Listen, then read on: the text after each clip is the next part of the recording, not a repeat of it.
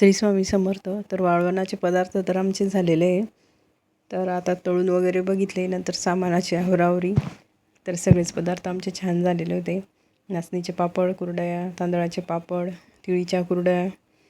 तर कसा वाटला व्हिडिओ आमचे नक्की कळवा. चॅनलला सबस्क्राईब करा आणि सगळे व्हिडिओ यूट्यूब चॅनलवर आहे, फेसबुकला पण आहे, तर नक्की बघा.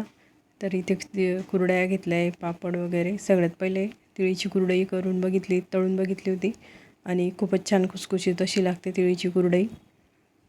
बघू शकतो आपण.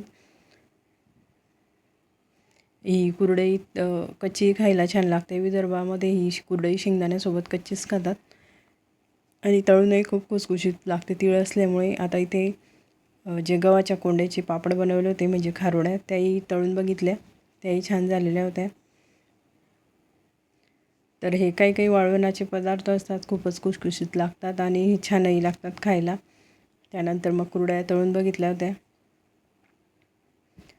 तर सगळेच पदार्थ उन्हाळी वाळवणाचे छान न असतात आणि वर्षभरासाठी साठवणीचा आपला हा पदार्थ असतो. खानदेशी लोकांना तर सगळेच पदार्थ आवडतात, त्यामुळे आपण खूप सारे पदार्थ बनवतो वाळवणाचे. तरी ते सगळे पदार्थ आमचे तळून वगैरे झालेले आहे. त्यानंतर मग थोड्याशा रंगीत कुरड्या तळून बघितल्या होत्या, त्याही छान झाल्या होत्या.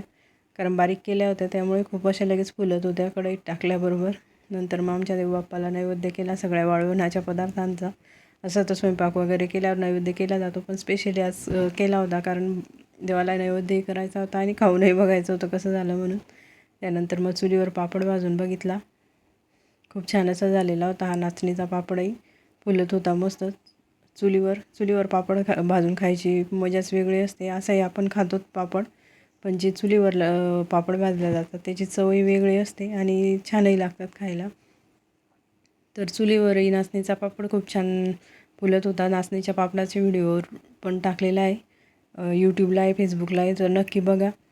आणि असेच आमच्या चॅनलला सपोर्ट करा. व्हिडिओ आवडला असेल तर लाईक, कमेंट आणि शेअर करून तुमच्या प्रतिक्रिया नक्की कळवा.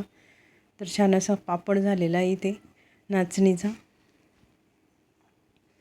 त्यानंतर मग आमचं शेवटच्या दिवशी आम्ही इथे उडदाचे पापड आणले होते मशीनवरून बनवून, पण आम्हाला काही एवढे आवडले नाही. नंतर मग आम्ही घरीच बनवले होते.